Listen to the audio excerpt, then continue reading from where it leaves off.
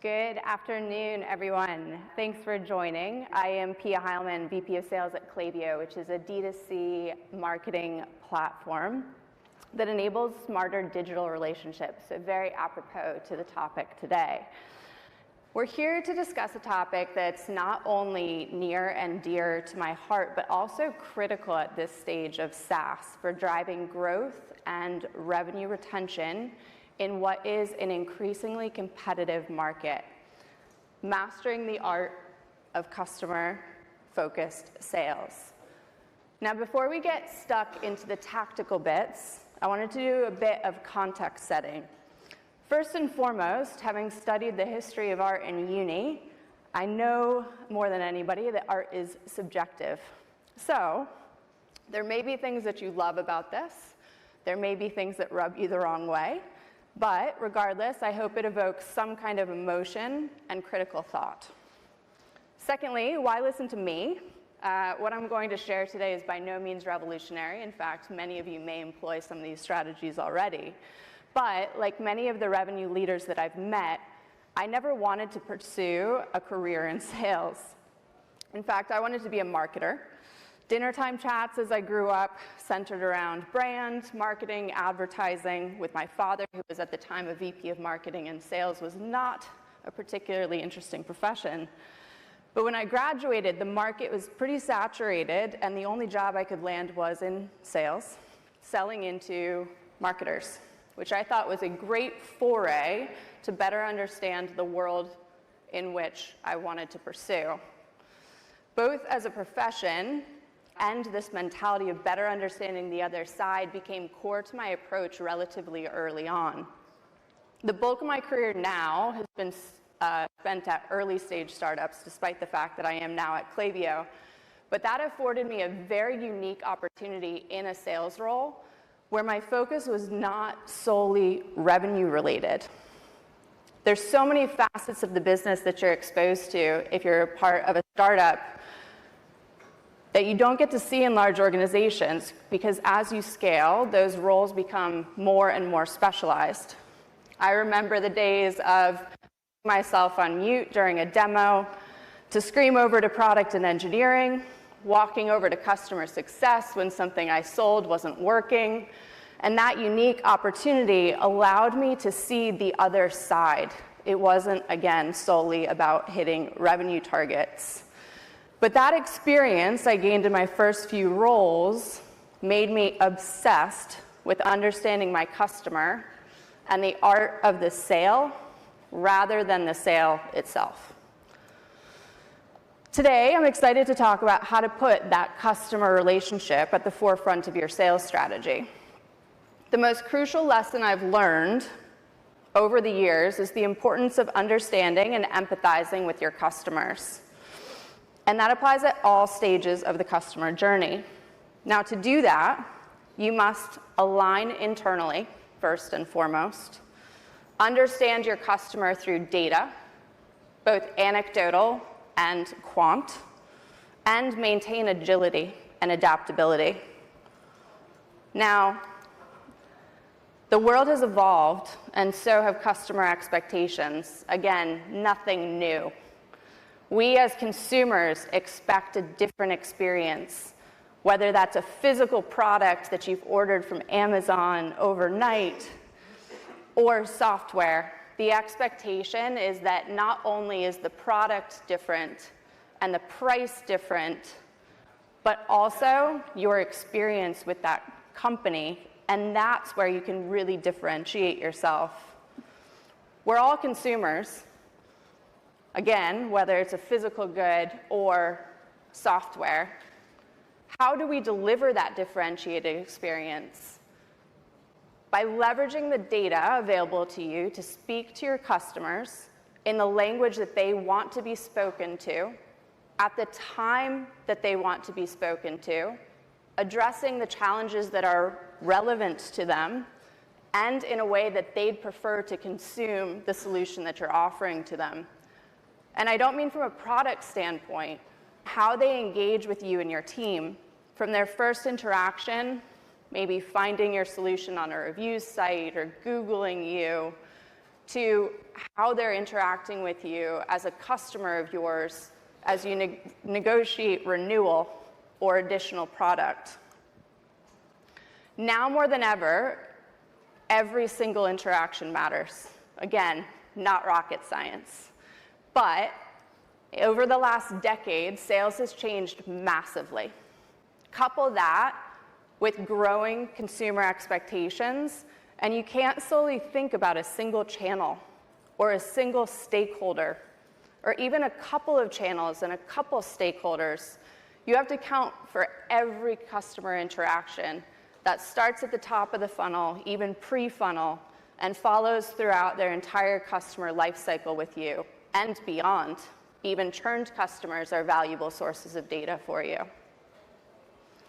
You have to think about how they're consuming their interactions with you, what they see, what the value statement is it consistent throughout the life cycle? If you didn't win the sale, why not? How can you go back and ultimately win the sale? If you did, why did they buy? Why do they continue to stay a customer of yours? How is their customer success and support experience, and what will engage them enough to renew? This may seem obvious, but it's not. So as I mentioned at the beginning, there are really 3 key points that drive how to activate customer-focused sales.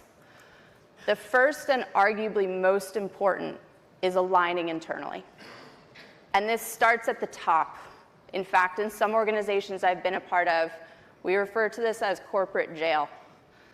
It's where your C-suite is locked in a room for a couple of days, and they have to agree on what the value is to the customer. Actually, before that, they have to agree to who the customer is. And I think in some organizations you would be shocked to find that who your VP or Chief Product Officer believes that you should be selling to is different from your Chief Revenue Officer or your Chief Marketing Officer. So first and foremost is making sure that you're all selling to the right person. Then it's understanding value alignment to that ICP, making sure that it's applicable and consistent across the entire executive team. Only once you have that alignment at the top can you then cascade the communication downwards. And that's before it's even left the walls of your organization. But that alignment needs to be absolutely tight. The ideal state then is that regardless of who engages with your company, at which stage of the funnel, in any role, there's a consistent value prop that appeals to the buyer. It should feel consistent, but differentiated across the entire organization. So they'll come to you, and you'll have a consistent value prop, and it will differentiate you from the competition with regards to how they've engaged with you. Every customer interaction is also an opportunity to set yourself apart from the competition. You'd be amazed by the creativity that's coming out of BDR teams right now. TikTok videos that appeal to innovative companies. Can't say that I'm a TikTok user, but certainly appreciate the creativity that comes behind outreach that's entirely social-based. Renting things that are outside of the home, billboards to catch attention. It's really amazing, but think about how you're differentiating from the competition who may just be sending emails at scale. Insert cringe slide here, get ready to screenshot. As you think about this alignment and how to differentiate yourself, and even how to hone in on an ICP, I would ask yourself these questions. How are you listening to feedback from the various touch points? Are you spending time with the front line to understand how customers are responding to the message? Is it resonating? Then workshop that from the top of the funnel to the bottom. And if you're familiar with the bow tie, even beyond, what topics are most engaging to get people through the door? And what topics are most engaging to keep and retain customers as they continue to get greater value out of your product? What are the hot spots on your site? What search words are popular? What events are people attending? Communities are they part of? What content are they consuming? What feedback can you gather from your partners? Partners are massive in this case because they have access to the market in a way that you cannot as a direct seller.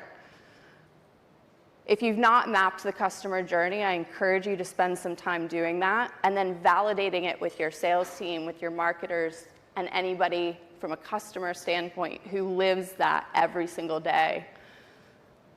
And then how do you think about making sure that your sales team is equipped to navigate the customer journey themselves?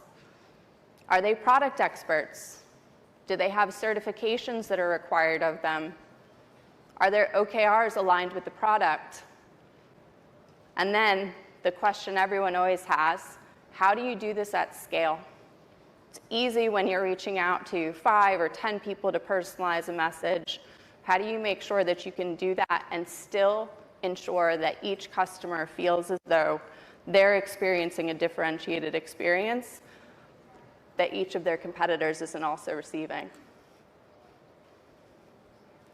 So how do you do that? The answer, through data. For those salespeople in the room, this is the importance of keeping your CRM hygiene good. One of the most valuable tools that you have is one centralized and consumable viewpoint on your customer.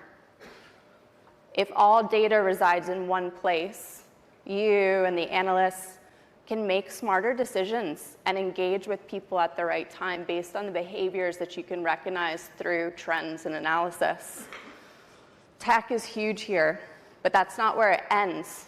So what I would recommend doing is leaning on technology to assist you, but don't live and die solely by the tech that's available to you. Demographic insight, behavioral insight, market insights are amazing, but I'd also recommend just interviewing your customers, supplementing this with anecdotal data. The rich data enables us to leverage the information that we have to make smarter decisions around which organizations to target, when, how to strengthen our value prop, and align it to a hard metric, revenue, to the organizations that we work with. Weaving that data together from disparate sources allows you to tell a story about the customer where you can continue to position your tech more effectively. Which brings us to the next point, maintaining agility and the ability to adapt. So go-to-market strategy, again, not revolutionary, is not a set it and forget it thing. It's a dynamic framework. It requires that you revisit what you initially believed, continue to test hypotheses, and prove or disprove them. You may need to adjust it based on what you're hearing from the market, what you're seeing in the data, conversion rates shifting overnight. Identify the areas of opportunity and the challenges, and work with your team to understand them greater. That is where the anecdotal feedback comes into play. Put in place mechanisms to listen and gather feedback from the deals you won, but also those you lost. Sometimes more valuable are those closed-lost conversations than the closed-won. Closed-won validates something you already knew.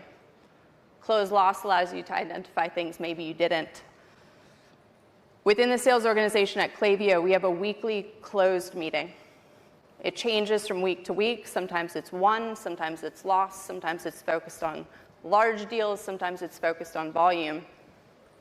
But that meeting includes our CMO, our CFO, our VP of product, legal, finance, broad, audience. But we review thematic takeaways that allow us to take action where needed, whether internal or external. Often those meetings sit exclusively within a sales organization, and it's great, but salespeople love listening to themselves speak. So adding in additional functions gives an empathy and understanding outside of the walls of the revenue organization and often drives change.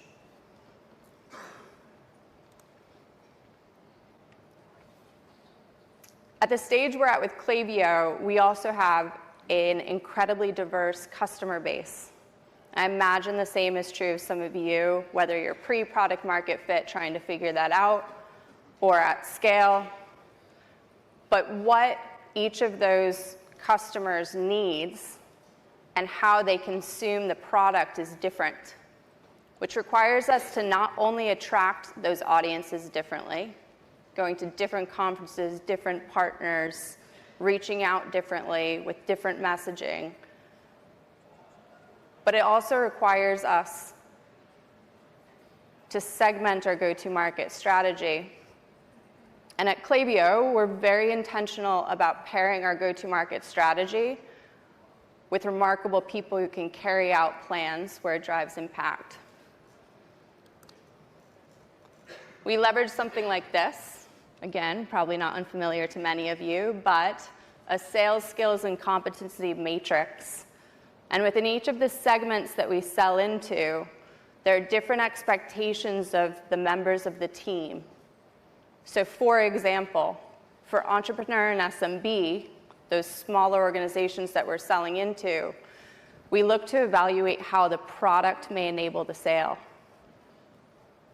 so that the evaluation and buying journey is frictionless and salespeople can be hugely efficient with their time while still providing value to the customer. On the flip side, as we move up market to the mid-market and enterprise, again, expectation is different. So the skill set must be different. How do you best build and respond to an RFP? How do you multi-thread internally with the appropriate stakeholders? How do you navigate the complexities of security and compliance? Last but not least, thinking about how you're aligning your internal resource. So CMO to CMO connects, CTO to CTO connects, so that they can discuss challenges and goals. That in and of itself is delivering a differentiated experience because you're offering strategy in a way that maybe your peers aren't able to do, particularly not at scale. Last but not least, the sale extends beyond the sale. The art of customer-focused sales does not just stop at leveraging data from customers to be more successful salespeople. It's also incumbent upon us to ensure we deliver incredible customer experience. What does that mean within our walls? It means establishing things like a customer advisory board, having a voice of the customer survey so that we can continue to gather information from our existing customers around what's working and what's not. QBRs with the customers themselves as a feedback loop that are then shared with the sales organization so that sales can continue to become smarter at where the customers are getting value out of the product that we're providing. We share an upgrade number across sales and customer success as well. So we've created a team who sells into our existing customer base, working closely alongside CS, who's responsible for strategy and identifying additional value add within the product. But that shared goal allows us to work together so that our customers are getting greater value out of the product constantly. This focus on our customer and the value that they derive has allowed us to grow and innovate and stretch beyond what is our traditional ICP. It's allowed us to experiment and understand other areas where we deliver value that may be within our customer journey that we'd mapped or our corporate jail we hadn't identified. And that then goes right back to adaptability. How can we use that as a continued feedback loop and either establish a new segment or a new vertical that we can pursue? So if nothing else, I hope that you take away from this. Internal alignment is required across all functions to enable a customer-focused sale. There's rich data available to you, assuming you keep your CRM updated and all of your integrations are working, which enable you to create a narrative that resonates with your buyer. Agility and adaptability are key. Identifying key areas where you can invest more or shift the investment will enable you to continue to solidify your go-to-market strategy and grow quickly. Building out the frameworks and skill set within your organization, hiring the right talent against those skill sets and frameworks will make sure that you're holding your sales team accountable to the expectation of delivering a differentiated experience based on the segment that you're selling into.